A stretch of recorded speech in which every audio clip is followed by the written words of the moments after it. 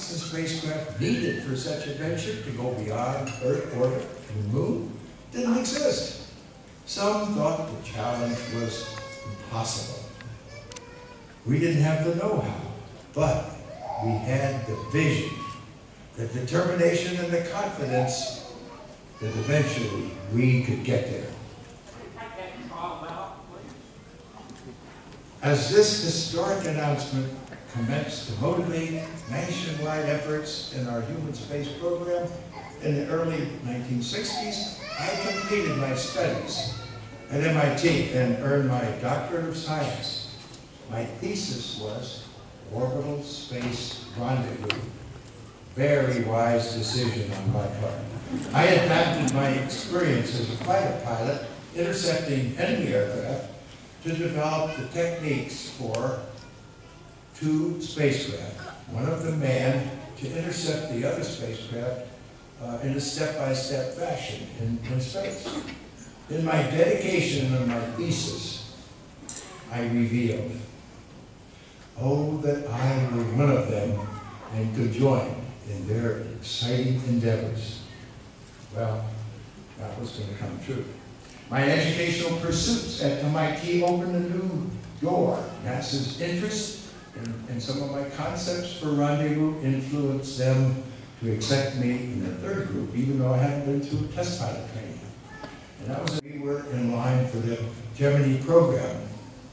I finally got to fly on the last flight with Jim Lovell.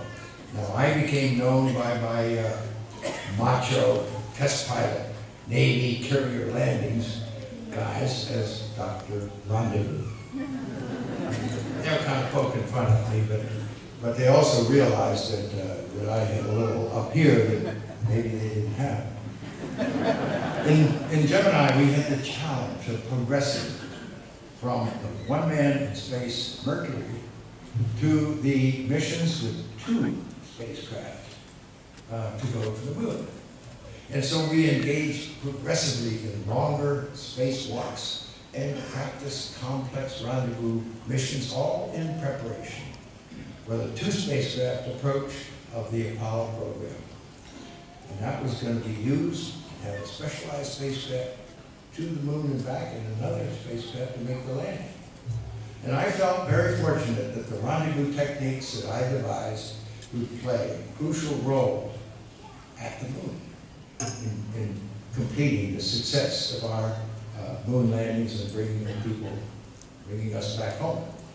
Since some of the astronauts in the early Gemini missions were experiencing difficulty of overheating and fogging up their masks during their spacewalks in order to master the ability to work in this floating, weightless environment, we took a new approach.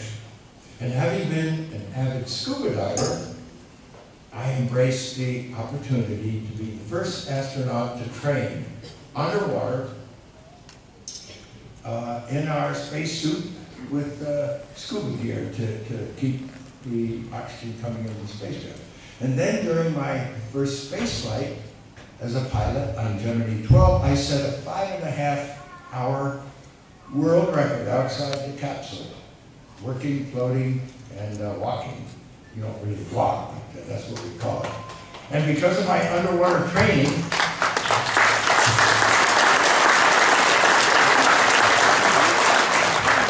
this picture is also on the cover of my recent autobiography, Magnificent Desolation.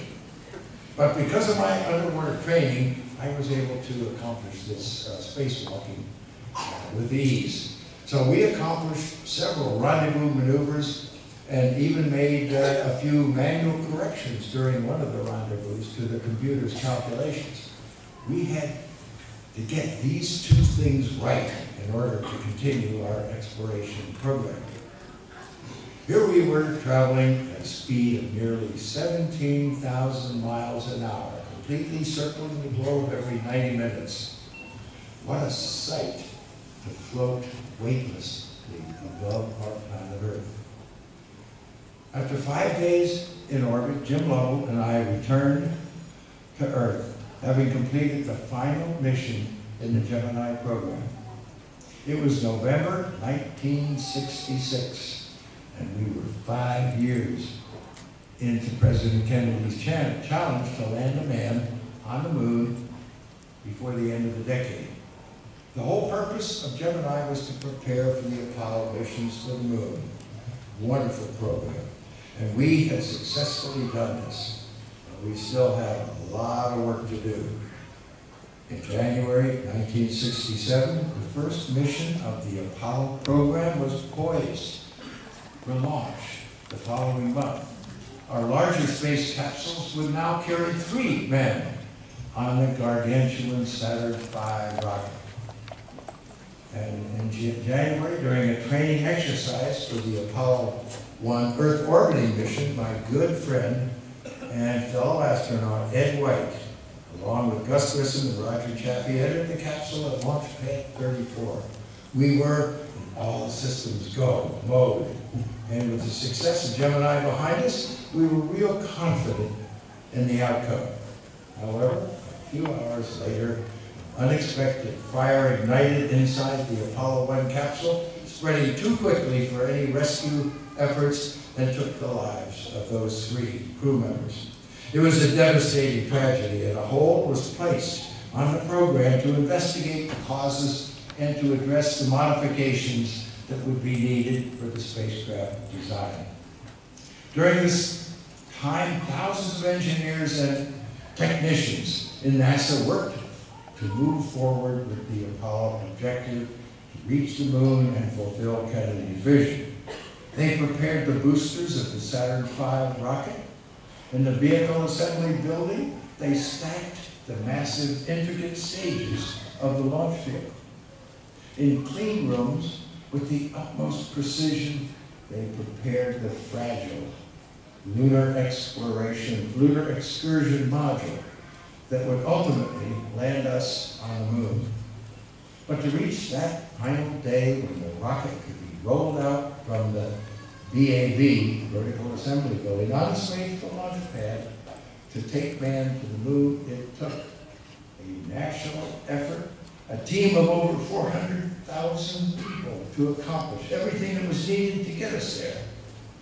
From the rocket scientists, engineers, technicians, administrators at NASA, and each aerospace contractor, to the Congress and the executive branch, right down to the little seamstress who painstakingly sewed our spacesuits together.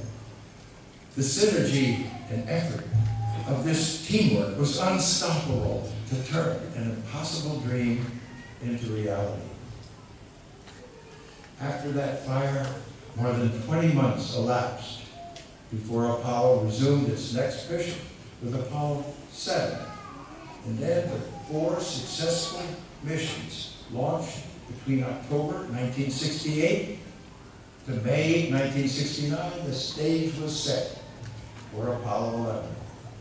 Our mission to successfully pilot and land the lunar module for the first time on the surface of the moon. As it turned out, the timing was